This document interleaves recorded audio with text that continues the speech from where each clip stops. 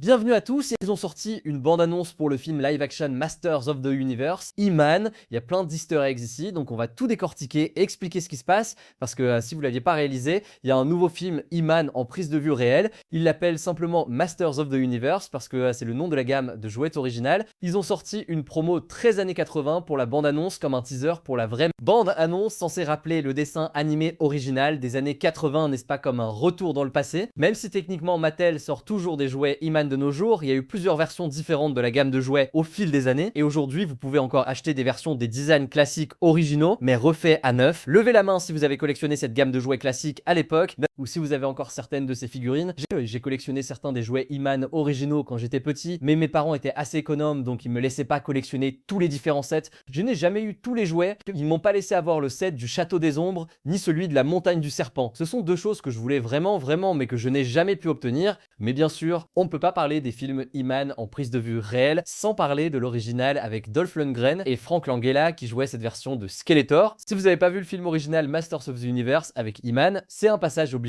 Je te recommanderais de le regarder, c'est un classique, mais c'est ce que c'est. On peut clairement voir dans ce nouveau film qui voulait trouver une raison d'amener tout le monde sur Terre. D'abord, on voit Adam envoyé sur Terre pour le protéger alors qu'il est enfant. Selon la nouvelle mythologie de ce film, cette version d'Adam vient originellement d'Eternia, mais il est ensuite envoyé sur Terre pour le protéger et y est élevé bébé. On dirait que Skeletor fait quelque chose qui nécessite que ses amis, ses alliés sur Eternia, aillent le chercher sur Terre pour qu'il puisse récupérer l'épée du pouvoir, redevenir He-Man et vaincre Skeletor. Dans le film original avec Dolph Lundgren, la raison pour laquelle une grande partie se passait sur Terre plutôt qu'à Eternia était principalement budgétaire, comme nous n'avons pas beaucoup d'argent. Comment peut-on avoir He-Man qui court dans un centre commercial basé sur l'ambiance très Thor Ragnarok de la bande-annonce? Je pense qu'ils utilisent simplement les séquences terrestres dans ce film pour un peu de comédie au début, et la majeure partie du film ne se déroule pas sur Terre. Mais on verra s'ils revisitent la Terre à la fin ou s'ils restent simplement sur Eternia. On va peut-être juste aller sur Terre un petit moment au début du film pour expliquer comment il retourne sur Eternia et pourquoi il est parti en premier lieu, mais il y a probablement plusieurs visages familiers que vous voyez jouer certains des personnages principaux. Certains de leurs visages sont couverts par des effets numériques cependant. Par exemple, Skeletor est joué par Jared Leto et il a le look complet de Skeletor. On dirait qu'ils ne font pas la version Keldor de Skeletor qui se transforme en son apparence originale. On va approfondir cette mythologie en décortiquant la bande-annonce, mais vous reconnaissez probablement Camila Mendez qui joue Tela, Idris Elba qui joue Man at Arms, l'homme d'armes, Alice Sombri joue Evelyn. C'était une surprise en fait, je savais pas qu'elle était dans le film, et Marina Mazepa joue la sorcière. Il y a probablement quelques autres grandes surprises. Il y a quelques acteurs familiers ici que je n'ai pas vu listés sur la liste de casting, sur IMDb ou sur le wiki, donc il y a quelques personnages mystères en arrière-plan dans certains de ces plans, mais on dirait qu'il y a beaucoup de références dans la bande-annonce au film original Masters of the Universe avec Dolph Lundgren ainsi qu'à quelques-uns des différents dessins animés. Il y a même un easter egg de la série TV The New Adventures of He-Man qui était le reboot des années 90 que Mattel a essayé de faire après que les ventes de jouets de la gamme originale des années 80 aient chuté et qu'ils aient annulé le dessin animé original des années 80. Donc je ne serais pas surpris s'il y a des easter eggs pour encore plus de choses. Je pense qu'il y a quelques easter eggs ici aussi pour la gamme Mattel originale alors qu'il la développait. Ils font même en sorte qu'en grandissant sur Terre, il finit par travailler à la vraie version de Mattel qui crée une version de He-Man et de la gamme de jouets Masters of the Universe, mais c'est basé sur ses souvenirs originaux. Donc sur Terre, ils pensent juste que c'est une gamme de jouets fictive, comme nous dans la vraie vie avec He-Man et la gamme originale Masters of the Universe, mais pour lui tout est réel. Il y a quelques blagues à ce sujet au début de la bande-annonce aussi, où il essaie de comprendre les choses parce qu'il ne connaît pas la vérité réelle jusqu'à ce que t'es là, et on dirait que certains des sbires de Skeletor apparaissent. Mais même s'il semble qu'il passe par un portail pour voyager de la Terre à Eternia sur le vaisseau, je pense qu'ils disent que Eternia est dans le même univers que la Terre, mais dans le contexte de la mythologie He-Man, la mythologie Masters of the Universe, Eternia est au centre de l'univers. Donc même si la Terre et Eternia sont dans le même univers, ils sont séparés par de nombreuses galaxies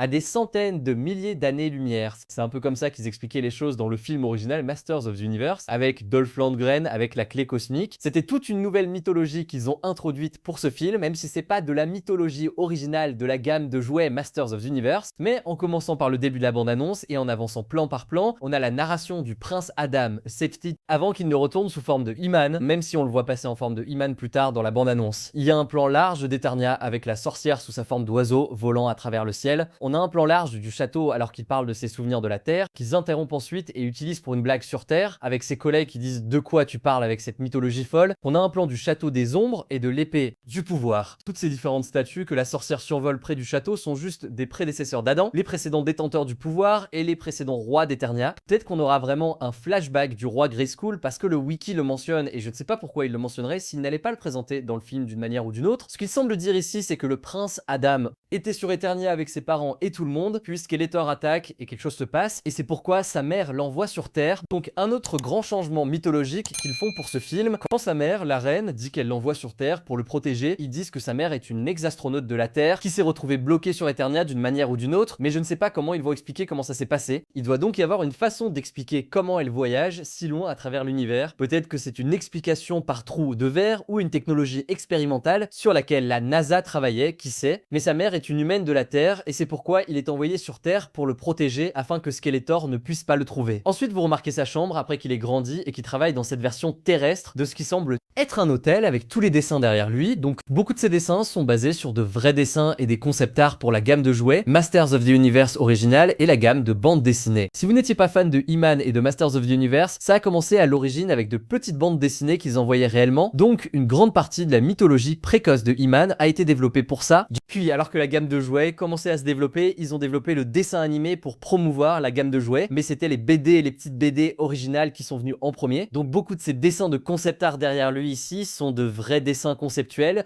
que tous les artistes qui ont créé He-Man et les personnages de Masters of the Universe ont imaginé quand ils concevaient tous les personnages à l'origine. Ensuite, si vous n'avez pas compris, la référence évidente ici au pronom Eheim est censé être He-Man. Il est Eheim comme dans He-Man, et la raison pour laquelle son nom est Adam Glenn, son nom de famille étant Glenn sur Terre, c'est parce que le nom terrestre de sa mère, son nom humain, était Glenn. Peut-être qu'elle a fini par l'envoyer sur Terre pour être élevée par sa famille originale avant qu'elle ne soit piégée sur Eternia et qu'elle continue simplement à vivre sa vie là-bas. On dirait qu'à un certain moment, il devient tellement obsédé par l'idée d'essayer d'en apprendre davantage sur ses souvenirs et de découvrir s'ils sont réels ou non, pensant qu'il va trouver l'épée du pouvoir et il semble qu'à un moment donné, quelqu'un le trouve. Peut-être qu'il l'utilise pour cette blague ici où il va au magasin de jouets et il voit la gamme de jouets He-Man. Je ne peux pas bien voir le nom sur cette porte du magasin de jouets ici, mais c'est probablement aussi un easter egg pour la gamme de jouets He-Man originale. Ensuite, si vous n'avez pas compris, ce présentoir de He-Man tenant la version jouet de l'épée du pouvoir est en fait basé plus sur la version originale de He-Man ressemblant à Conan le barbare qu'ils ont développé pour cette BD et gamme de jouets originale, ce qui est devenu un gros problème de droit d'auteur, donc ils ont dû changer le design de He-Man pour éviter un procès encore plus gros, et il ressemble plus à ce dont vous vous souvenez du dessin animé des années 80 avec les cheveux blonds. Plus tard, ils l'ont transformé en easter egg qui a fini par être la version sauvage de He-Man quand il invoque le pouvoir sans utiliser l'épée, et il était un He-Man incontrôlable, sans cervelle, semblable à Hulk qui est juste beaucoup plus grand et beaucoup plus fort. Mais on dirait que tous les jouets et les vitrines derrière ici qui sont un peu floues en arrière-plan sont tous basés sur les designs originaux de la gamme de jouets Masters of the Universe. Ensuite, cette blague sur son incapacité à retirer l'épée jouet de la main de ce présentoir He-Man, je pense qu'elle est aussi censée être une blague pour le film Thor original, quand il ne pouvait pas soulever le marteau au début parce qu'il était indigne. Comme je l'ai dit, je pense qu'ils essaient d'adopter plus une ambiance Thor Ragnarok pendant ce film, pour confirmer certaines de mes théories. Derrière le caissier, ici, le jouet Big Jim était un vrai jouet Mattel dans les années 70 et 80, donc je crois que tous les autres jouets dans cette boutique ici sont de vrais jouets Mattel que vous auriez pu acheter dans les années 80 et 70. Pas totalement sûr de ce qui se passe ici, mais on retourne au château des ombres sur Eternia. On voit Marina Mazepa en tant que sorcière. On dirait qu'elle essaie de rappeler Adam ou de le trouver d'une manière ou d'une autre et de le ramener sur Terre. Quoi qu'il arrive, Tela va sur Terre, récupère Adam et le ramène sur Eternia. Ensuite, on a notre gros easter egg pour The New Adventures of He-Man. Le vaisseau spatial sur lequel elle le ramène à Eternia est basé sur Starship Eternia de cette série TV He-Man des années 90. Au moment où ce dessin animé est sorti, j'étais trop occupé avec l'école et d'autres choses importantes. J'ai un peu abandonné He-Man pendant un moment, je n'ai pas revu ça avant que d'autres nouveaux dessins animés commencent à sortir à nouveau, mais vous pouvez me dire si vous avez regardé cette série TV The New Adventures of He-Man ou si vous avez collectionné certaines de ces figurines des années 90 de la gamme Reboot. Mais il y a une raison pour laquelle ça a été de courte durée, ce n'était pas populaire et ils l'ont annulé assez rapidement. C'est un peu bizarre. Ils retournent sur Eternia, c'est Roboto à l'extrême gauche, doublé par Kristen Wiig, Man at Arms, joué par Idris Elba. Idris Elba passant d'une franchise type Thor à une autre franchise type Thor. Camila Mendes était est là et je ne sais pas qui va doubler Cringer. Quoi qu'il se passe ici, on dirait que Skeletor envoie quelques vaisseaux rotons pour attaquer le château. Ensuite, il y a plein de nouvelles personnes en arrière-plan ici aussi. On dirait qu'il y a Alison Brie qui joue aussi Evelyn, pas totalement sûr de ce qu'elle fait sous cette forme ici, mais à côté d'elle, c'est Triclops en arrière-plan si vous n'aviez pas remarqué. Il y en a quelques autres au loin derrière Adam ici. Je ne peux pas bien voir qui ils sont parce que c'est un peu trop flou, mais tout à droite ici, c'est Fisto. Ma supposition est que pratiquement tous les personnages Eman classiques de la gamme de jouets originale sont dans ce film d'une manière ou d'une autre. Ensuite, on dirait que Skeletor atterrit près du palais ici après qu'une attaque se soit déroulée. Je ne suis pas totalement sûr de la chronologie et du type de flashback qu'on aura pendant le film, mais on dirait qu'à l'époque actuelle, il a déjà le visage complet de Skeletor, comme si Hordak avait déjà fait fondre son visage. Et même si je n'ai pas pu détecter d'easter eggs Hordak dans la bande-annonce, je me demande si ce film ne va pas le préparer pour une suite potentielle, si le film marche assez bien, et ils feront She-Ra aussi. On dirait que ce film est censé être une introduction à l'univers et prépare beaucoup de choses pour une franchise potentielle si le film marche bien. Il y a une très grosse attaque qui se déroule au palais. Je peux pas dire si c'est dans le passé ou si c'est dans le présent. Man-at-Arms semble faire un grand discours d'appel à l'action à Adam, qui invoque ensuite le pouvoir en utilisant l'épée. Il y a un très bref plan de Trap Joe ici sur le point de se faire botter les fesses alors qu'il se transforme en He-Man. Il y a un plan très rapide de Beastman sur Terre, donc je me demande pourquoi Skeletor les envoie sur Terre en premier lieu. Peut-être qu'il a juste besoin de l'épée du pouvoir et pense qu'il ne peut pas l'obtenir sans Adam.